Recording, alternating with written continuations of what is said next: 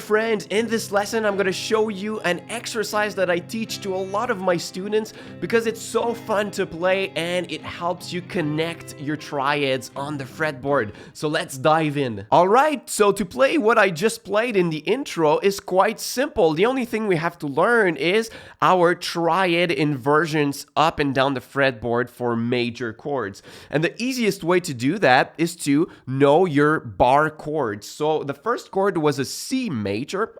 So I'm going to play the bar chord from the 5th string. So I locate the C note, which is on the 3rd fret, 5th string, and then I play my bar chord like this. And then what I need to do is to isolate the top 3 strings only. So I keep only the top portion of the chord. And I've got my C major triad in what we call the fundamental position, because the lowest note of my triad is the root note. It's C, right? So we've got root, 3rd, and 5th. And to find the other inversions, I need to find the other bar chords. So if I play my C major bar chord from the 6th string, which is on the 8th fret, 6th string, and I play it like this, same principle, I can keep the top 3 strings only. And then I've got an inversion, the first inversion of my C major triad. We have the 3rd, 5th, and root on top, right? And the third one is the C chord. So it comes from the C open chord. That's an open position. I want a closed barred position. So I'm going to slide that 12 frets higher, and then I'm going to refret it like this. So that's the barred version of my C open chord. So I call that the C shape. And once again, I'm going to keep the top 3 strings like this. You might notice that it's the D major shape, right? The same one that we use here. But I'm not going to call this the D shape because you will see later when we take groupings of triads, it's much better to use the C shape than the D shape. You will see. So now I have my 3 inversions of C major. I can practice them to play them one after another.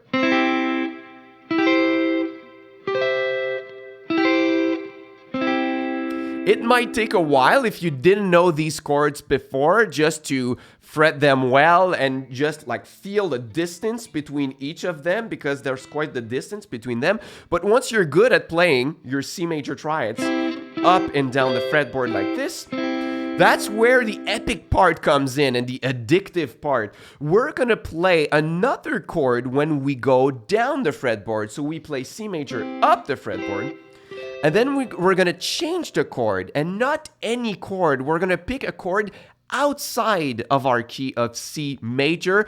And that's what a lot of movie music composers are doing to create that epic sound. So in the key of C major, we have all the natural notes, right? C, D, E, F, G, A, B, C. So no flats, no sharps. So if I base one of my chords off of a flat, for example, it's automatically going to be a chord outside the key.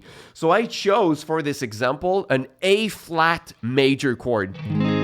So we played C, A flat, C. So that's a really cool progression outside the key. So we've got to do exactly the same exercise for our A flat chords. So if I have an A flat bar chord from the 6th string and I keep the top 3 strings, that's going to be exactly the same shapes, but from different places, right? So this one.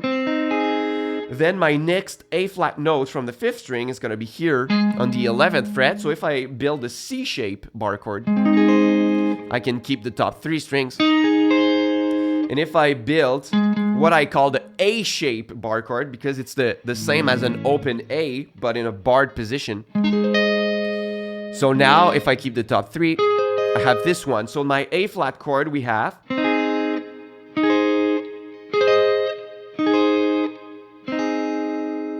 So now the goal is to go up the fretboard on C major and down the fretboard on A flat and connect them in that way, right? So like this. Change to A flat. And it connects so well. There's like a really nice tension and resolution with it.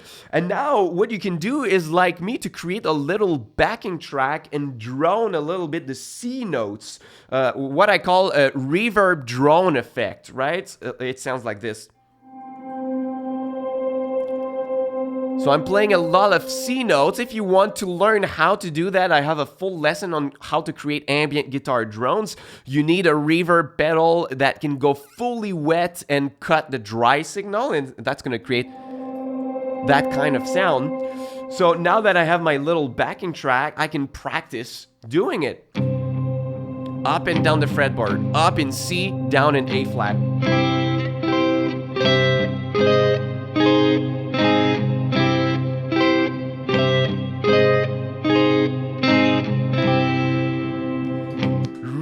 Epic sound that I love. It's so addictive to play, and you don't necessarily have to play C and A flat. You could pick any other chord outside the key. I could pick E flat, for example. So it's the same principle. My C chords, and then I'm gonna find where are the closest E flat chords. So if I play the E flat note, 11th fret on the 6th string with my big bar chord, then my first E flat triad is gonna be here.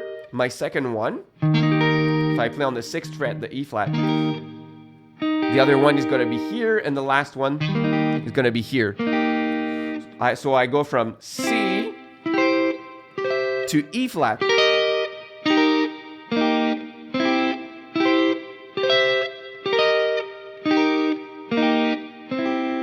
It sounds similar, but it's a little bit different. This is a different kind of flavor. And like I said, movie music composers are using that all the time for that epic sound, right? If you take the theme from Lord of the Rings, that's like a C major and then an E flat major. Da, da, da, da, da.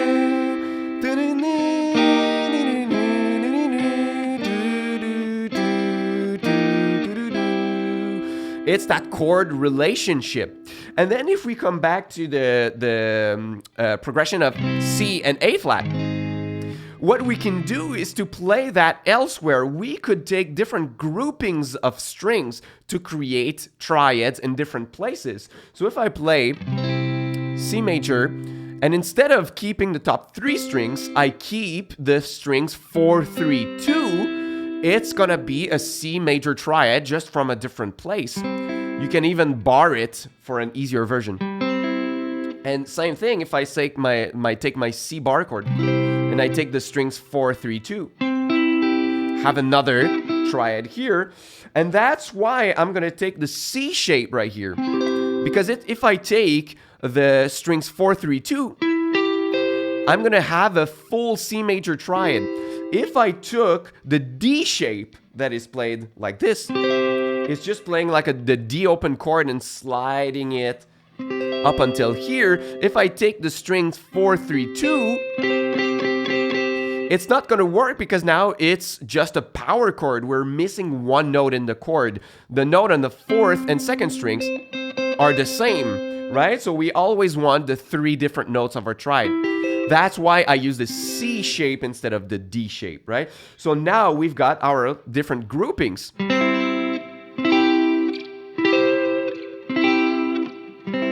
And then we can find them for A flat major. Once again, A flat bar chord. I keep the 4, 3 strings 4, 3, 2. Same here. And same here. So once again, we can practice going from C to A flat, right here, and then the next one, and practice that with a little backing track.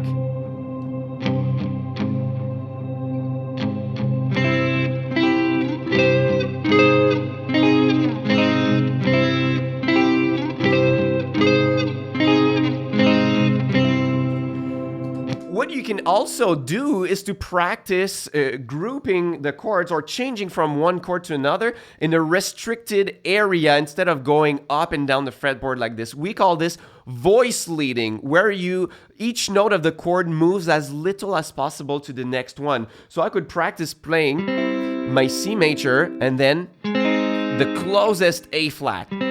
So the movement is really cool because the note in the middle stays in common. And then the note on top goes up and down, and the note at the bottom goes up, right? So it's like... And everywhere it does the same. This one is really cool. You're just shifting your index and middle, right? And right here, that's gonna be... So once again, we can practice that.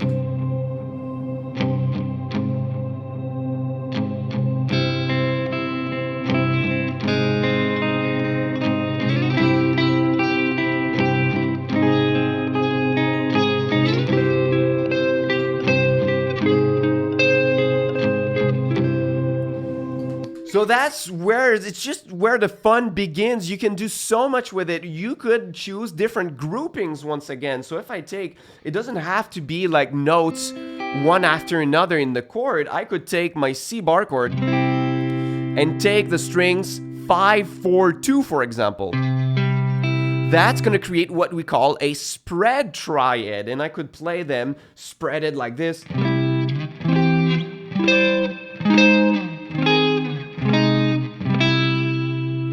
And if you want to learn more about spread triads and go further after this lesson, this is what I offer in my free mini course. You can click on the first link in the description box below. This is about a 45 minutes mini course, totally for free. You can download the chord charts, the exercises. I'm going to show you what are spread triads, how to play them in any key you want, up and down the fretboard, major, minor, diminished, suspended chord shapes, so that you can use them in all kinds of ways, and maybe you could have fun with that epic triad shifting exercise that I showed you in this video. So once again, first link in the description box to enroll for free. This is my gift to you for watching my video until the end. And of course, if you are new on my channel, subscribe for more lessons like this in the future. Thanks for watching, and until next time, au revoir.